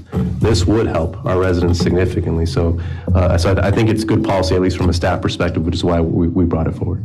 And if I can just point out also, this is actually part of what the governing body many years ago supported when we were looking at the various options for relief on 28. those of you who've been here for a while may remember we had talked at that time about having 3 southbound lanes on Old Centreville Road, 3 dedicated southbound lanes, 3 dedicated northbound lanes on Route 28 with 2 HOV lanes or bus rapid transit lanes. So this is really kind of very late, but 15 years late, but it's essentially what was supported back then. And I also want to just point out that this is kind of free road for us because it's beneficial to many of the residents on the west side of the city, but it doesn't cost us anything to maintain. They maintain the sidewalks, the roads, so none of our funding has to go towards this, which is a big help as well. So, Okay. Any other comments, questions? Okay. Okay. The recommended motion is, that the governing body adopt the attached resolution supporting Prince William County's application for the Northern Virginia Transportation Authority's fiscal year 2022 through 2027 6-year program funding of the Old Centreville Road Widening Fairfax County line to Route 28 project, transaction ID 261. So moved. Second. All in favor? Aye. Opposed? Opposed? Abstain? Okay, one vote against by Councilmember Mensing. Thank you, guys. Okay, next is IT ordinance sale of surplus equipment. Good evening, Don. Good evening, Mayor and everybody. I'm presenting today that as we moving forward with our IT plan of replacing computers every year, one of our things that we have decided is, as part of the configuration, is when we order a new computer or laptop, we always order it with the laptops with a docking station and the computer and laptop with 2 widescreen monitors. So as we move forward, we're moving away from, for example here, from these to widescreen and 2 for each employee for better work and better eyes. With that, we have an overstock of these old monitors. We have about 20 right now that are just sitting on the floor in one of the staff rooms, rooms in the back. And we'd like to put them on surplus. Okay, thank you, Don. Did we find out, Laszlo, if DSS had any families who could benefit from receiving? No, I failed to follow up with them. I will do that, but I did just ask a question that if no one buys them, we can give them out. We can don't give have to them. dispose of Okay. them, so we could Okay. make that a priority. Number 1 is check with DSS, see if anyone's in need of them, and then we can open it up to any resident who would want it. Is it possible to donate them prior to sale? I mean, I don't know, how much do you think the city would donate gain prior to- from selling them? yeah, the city can make donations. Prior to actually. Are you going to do listing it to a public charitable surplus. organization? Would it be to a charitable organization? It would be to DSS. families who might need monitors. Yeah, I mean, if there's a process for it, then by all means do that. This is just, when you declare surplus property, it just means the city doesn't need it anymore, and then the city manager can then go and sell it. But if you want to donate it instead, that's perfectly Well, legitimate. possibility, whatever the governing body would prefer. Trust me, there's going to be about 20 more monitors coming up. Oh, wow. Okay, okay. We have replaced a lot of computers, and this next go-around, we're doing another almost 50 between ARPA and our regular computers. And the computers have come in, but the monitors, of course, are in back order right now. So I haven't put those out yet. So these are just from last year's that have been hanging around. But I think the point is, we want to get clarification. Do you want me to seek donations before selling? What does the governing body think? Yeah, I think donations, that was one of the things that was going to change it with this. We talk about destroying them or throwing them away. Yeah. They should be donated. Right. Either to a nonprofit or to the school district or to some nonprofit that works with tech. Yeah, I was thinking IT. Randy in DSS would know That if would any be of her perfect. families might. Absolutely. Yeah. We shouldn't just dispose of them. But they do need to be declared surplus, though. Oh, absolutely. Yeah. The other We don't want problem them with them anymore. is that they're very old. And so anything you get nowadays will not work with them. Oh, And that's one of the reasons we're also getting rid of them. You have to get a converter, right? Yeah, so for this one here, you have to buy a converter, and then it doesn't always work. So, and with today's computers coming out, I mean, a lot of the kids are using Chromebooks that won't work with, and any new computer, and we just had looking at computers online for people. I mean, you can get a new laptop for around $200 some for Black Friday. They won't work with this. And these monitors also don't have the blue, they have, was it the blue light protection? Yeah, they're really old. They're starting to get very grainy, so they're not very good to give. Then you probably won't get much for them, right? No. Okay. Councilmember Moore. Well, the next question is, can they be recycled? Well, I won't throw, trust me, I won't throw anything away. 'Cause that's what it says in the resolution. Right. It talks about disposed of. Disposed doesn't mean thrown away. Maybe you should say recycled. Okay, so I will recycle them because I've been doing that now to That's what I'm broken going to ones. recycle. Staples, they'll take 5 days. So I've done that with gear and not throwing it in the trash. So everything, I try to recycle as much as we can in the IT department. Thank you, that's good. Yeah, that's great. That's good, yes. Any follow-up question? Okay, question down here? Okay, staff recommendation is that the governing body adopt the attached ordinance to authorize the city manager to designate the presented list of equipment as surplus items for auction. Second. All in favor? Aye. Opposed? Abstained? Motion carries. Thank you. Thank you. Okay. Next is opioid settlement. That would be city attorney. Yes. So I'm sure you're all aware we've had an opioid crisis in this country for a few years. Many jurisdictions that were directly impacted, severely impacted, sued the manufacturers and distributors and all throughout that chain. Manassas Park didn't do that because we didn't have a quantifiable impact. We had an end impact, but we had no way to quantify it. So we weren't able to join in this. But fortunately for us, the people that are the cities and states that did have gotten the manufacturers and other distributors to agree that all jurisdictions within states can opt in.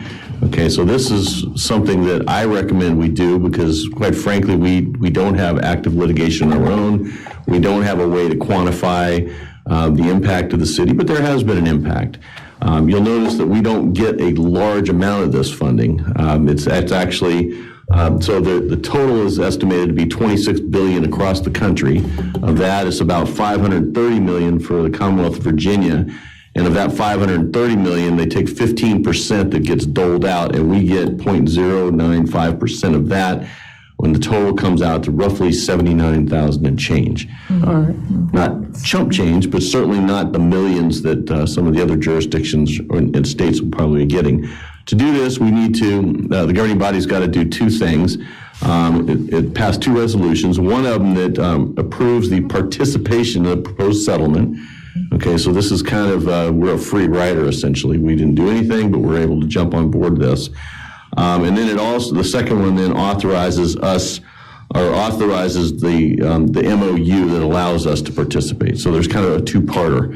And I'd ask that you vote on each one of those resolutions in turn. Okay. So the first one would be the resolution approving the city's participation in the proposed settlement. And the second one would be the resolution authorizing and approving the MOU. There's only one staff recommendation. Yeah, and I would ask that you do the staff recommendation so that the governing body adopt the two attached resolutions, and then just say the first one, you can read it down below the attachment. That is the title of it. Unless you want to just go ahead and approve both of them. Do the motion and then just say for the first resolution, all in favor. For the second resolution, all in favor. You can do either way. So rather than I'll just let you make the motions. Okay. Okay. That'll be the easiest way to go. Okay. I do have a question. Yes. On page 4, in number 5, regarding the 15% of the 70%. Right. Will this cover localities' administrative costs as well as treatment? So this covers everything. I mean, so there's different pots of money. So the localities that actually sued they're the ones that are going to get more money. So there's a separate pot of money for them to get money as well. So for us, our 15% or the 0.095% of the 15% is it. Okay. So this has been negotiated through the plaintiffs and the defendants, this settlement agreement. So I was not a part of that settlement negotiation, so I'm not really sure what thought process went into it, but this is all we're going to get. Okay. So it probably will cover administrative costs? I'm sure it would. Whatever we use it for? Right. Okay, thank you. Yeah, and I'm not sure if if it's going to be a specified use, whether we have to use it for health purposes or not. Once we get the money and when we finalize it, we'll know then what we can do. There's been discussion that maybe it's going to go for specific health-related uses, in which case maybe we can use it towards some of our new positions that we've hired. It may be able to go just to the general fund, especially for a jurisdiction like ours, that doesn't really have a significant impact. Maybe we just throw it in the general fund and use it for whatever, but the direction will come for what we have to use it for. Okay, thank you. Any questions or comments? Well, just clarification. Yeah. So it doesn't have to be used for abatement. So the section 6 on page 5, where it talks about all opioid funds shall be used for abatement or similar purposes. All right, so, And section 6. It also mentioned treatment throughout the document, too. Yeah. It just says, to the extent a settlement requires that all opioid funds be used only for abatement, then the subdivision share and Commonwealth share shall be used. So that's in the event that happens. So my understanding is they have not determined that yet. This is an MOU that anticipates scenarios. And I will... Come back to us anyway, if we get the money. Right. It will come to us, because I would think we'd put the money in some kind of health-related area as opposed to our general fund. Maybe even the fire department. If I can just make the point, we're going to have a mental health coordinator starting here shortly, so I would let them kind of come back to you all with a proposal for what to use, because they're going to be a lead for substance abuse.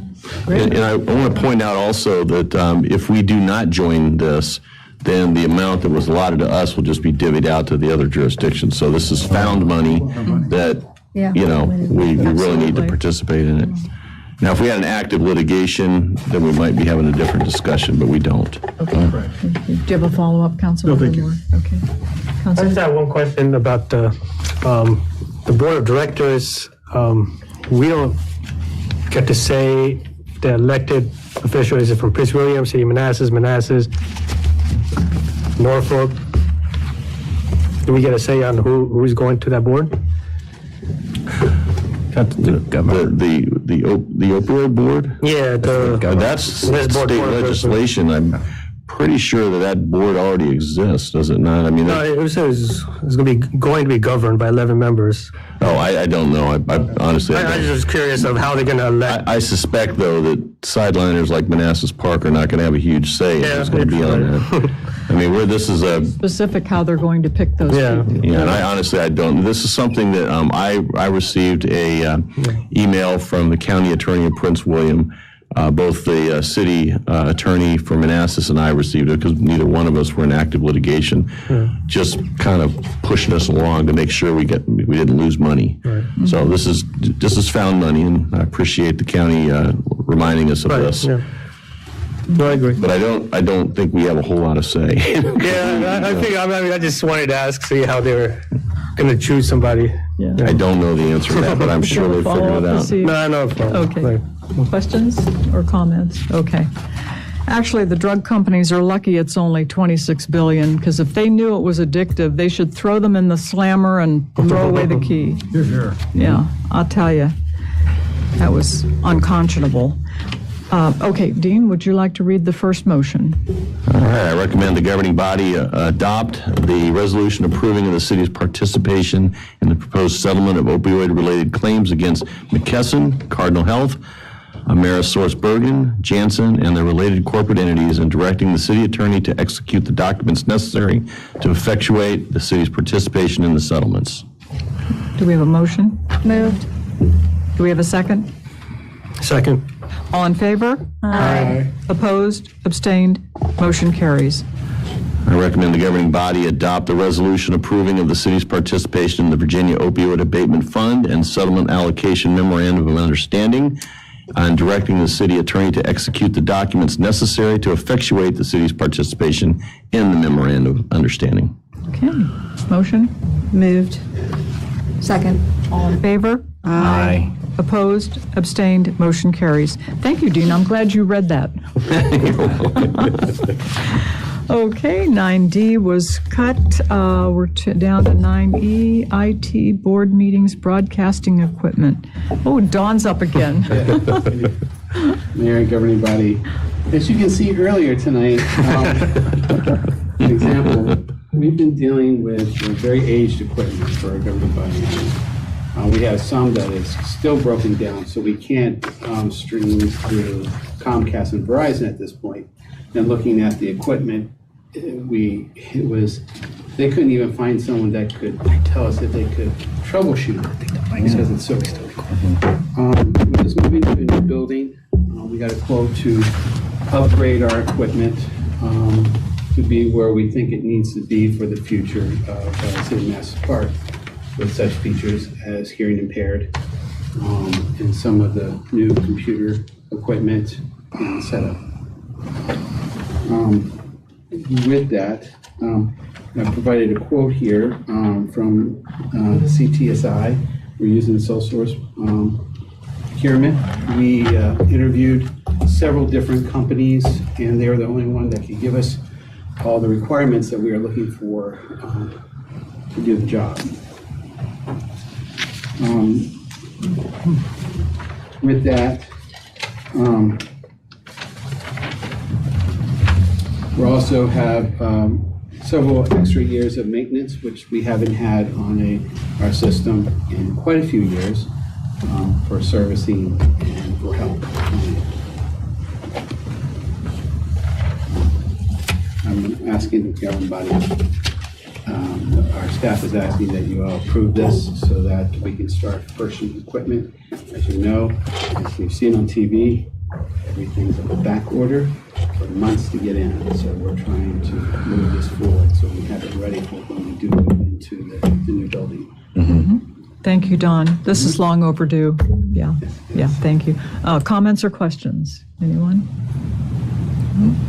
Comments or questions? Yes. So with this technology broadcast on the Comcast and whatever TV provider, but also will it do a live feed via YouTube still? Yeah, yes. We are keeping the YouTube. Okay. That's the future. Right. You know. Yeah, a lot of people do watch it on YouTube still, Right. but yeah. The residents love it. Yeah, exactly. Yeah, There's a- yeah. More Okay. people. Yes, that's not going to go away. Okay. That's just one of the caveats that we had in there as Yeah. part of it. Okay, so it'll be a total package. Follow-up? No follow-up. Well, if there's no other questions, staff recommendation is that the governing body approve and authorize the city manager to sign the necessary contractual documents to purchase broadcasting equipment pursuant to the attached CTSI quote for at a cost not to exceed $176,370 using ARPA funding as presented, subject to final review by city attorney. So moved. Second. All in favor? Aye. Opposed? Abstained? Motion carries. Thank you, Dean. Thank you. That's I have a question though. When it says ARPA funding, but it also says yes for budgeted. Right. Is that kind of You already approved the ARPA budget and Budget Amendment 1, which included the inclusion of the ARPA projects like this one. into the Utilize this budget. for Yeah, that. I see. that's why it's already budgeted. okay? If you want, I can change that. If anything's ARPA funded, I can say no because it's not coming from the general fund. Right. That's your what. discretion. That's why I figured if it was a yes, it was from city funds. But Yeah, it's not like that. It's whether it's part of a governing body approved budget. Okay. And that's what that means. I see. Yeah. All right. Okay, next is purchase of police vehicles through Enterprise Fleet Management.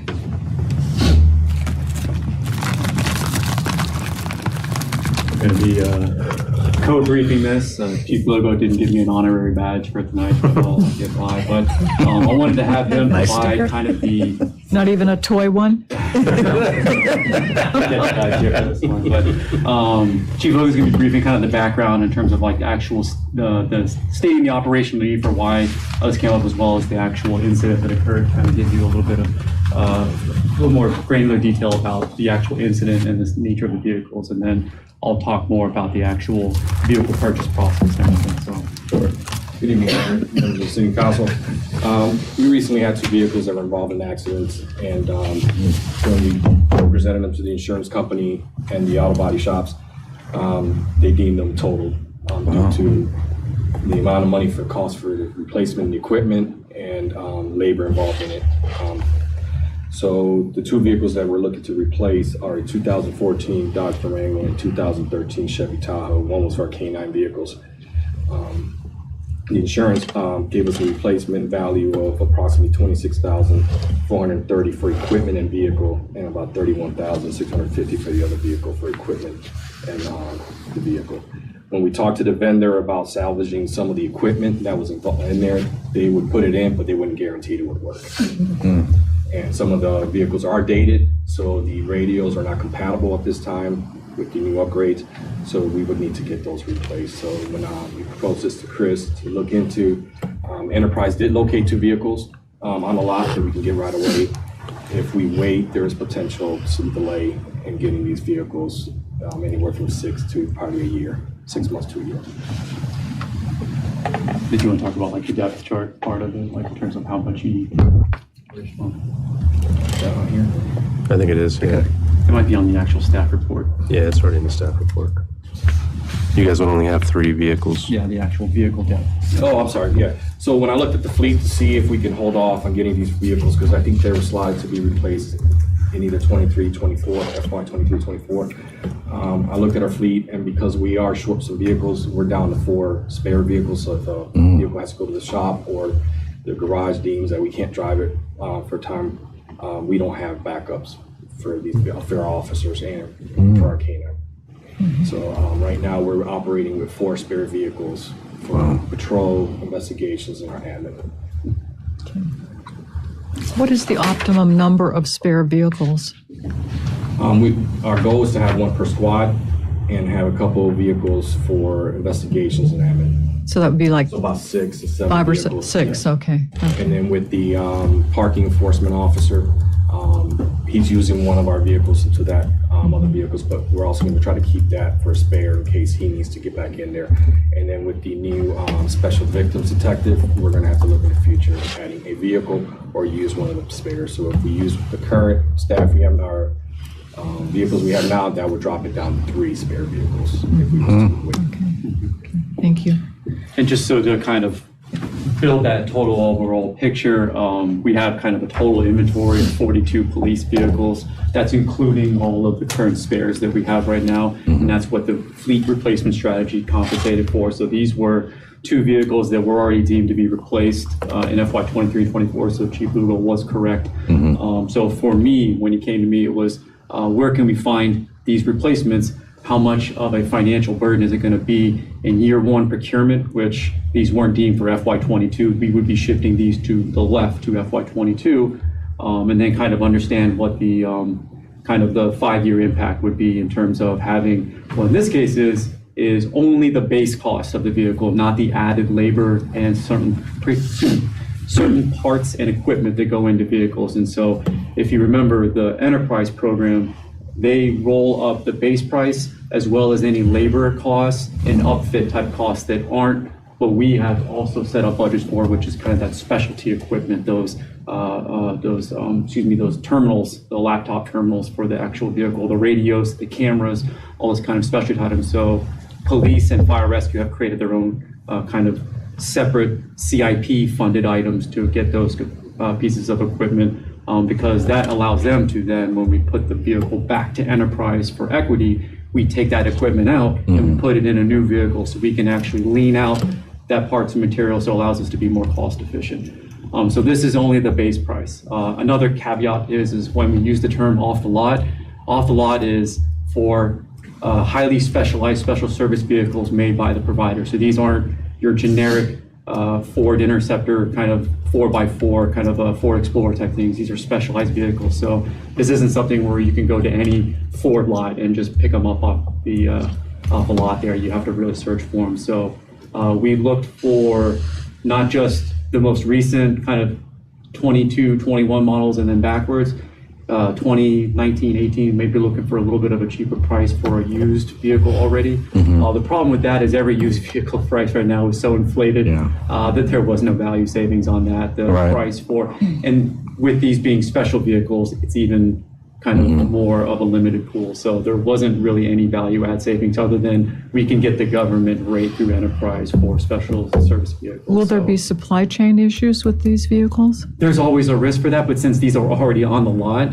the supply chain issues is more of just how we purchase the equipment and then put it in there. So you're kind of eliminating that part, a little bit of it. So we already have our vendor identified. We utilize a supplier that's down in, I think, Woodbridge is the vendor, and that's who currently does our outfitting for the vehicles that we're actually outfitting this year. So basically at this point, it's just getting enterprise to officially earmark these, grab them off a lot, and then hold them for us, and then they would just deliver them to the city. Okay. So I will go through some of the kind of cost tables here, but just so you know, the base vehicle is the only one that we're pulling to the left as additional cost, potential cost for FY22. And then the equipment and upfitting costs is utilizing solely those Versa kind of reimbursement, the reimbursement costs. So that's just the insurance money coming back and basically floating the money for half the price of a vehicle. So, so here's the overall takeaway. As you can see, we kind of shifted the one-time costs as far to the left as possible in FY22. They come from their own pool. They're just kind of revenue coming in that we would spend for that line item to that Versa insurance line item. And then the only impact then would be that reoccurring 5-year cost at $6,600. Just to give a bit of perspective, if we were to do this normally without any kind of Versa reimbursements and we were to put that money in the vehicle, that $6,600 cost would be more like $11,000 cost per year per vehicle. So you're showing the savings there of only having to have essentially the lease for the base price of the vehicle. So you save about 30,000, a little over 30,000? Roughly around that, if I can make sure I get my numbers correctly, but per vehicle per year, yes, that would be roughly about like 24-ish. Trying to do the math off the top of my head here. Yeah, I think 30,348. So, yeah. I'm sorry, I'm not really seeing which that's one. good. Yeah. But as you can see, FY27 is when these vehicles would go back in. Normally they would go back in 28 and 29. So the good part about this is we will get more equity in FY27 because these are still highly valuable vehicles, and the whole point of the program is to, if we wanted to do it as aggressively as possible, we would put everybody on the same rotation every single year and do it as few years as possible. But obviously that's not what the city kind of accepted.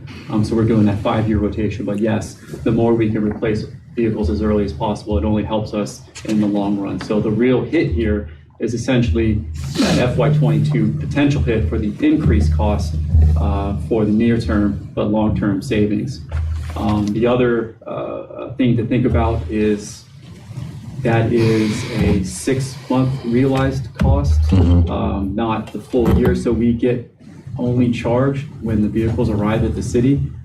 So we always try to annualize the budget for it for 12 months worth of payments, but in fact, we're not going to realize that full weight of even half a year's worth of payments by the time we potentially procure these vehicles, bring them to the city, get them down to the vendor, get them, and then ultimately bring them back into the city. You know, we're not going to be realizing the full FY22 estimated cost there. That is the most conservative estimate that we could possibly think of. That's the highest it could possibly be. So I'll leave it there. A couple numbers thrown around, so I just wanted to make sure if anybody had any questions or if anything about the operational. I think Councilmember Moore had a question. No, I'm good. No, you're good? Okay. Any question? Yeah, I was just, I guess I was trying to figure out if does the insurance company cover if if the car gets in an accident off duty, you know, when they take it home or something, if they drive it around, does insurance cover that if they get in an accident? Yes, it's a take-home vehicle, but it's a city-owned vehicle, so we cover staff and vehicles altogether. Yeah. What happened to the, was it a chase or something? What happened to the vehicles? No, both of those armed vehicles, we were involved, they rear-ended another vehicle. Okay. Nobody was charged, nobody Yeah. was at fault. And it sounds like on both instances, what I read was that the person in front of them ABS'd it, and by the time they reacted and stopped, multiple vehicles were involved. I see. I'm sorry, ABS'd it? You actually put your brakes down, you ABS, Yeah. you slam on your brakes. NLF brake system. Oh, you want to know what it meant? Sorry. Yeah. I've had that happen. Yeah, so that's what was my understanding. Okay. So. Follow-up?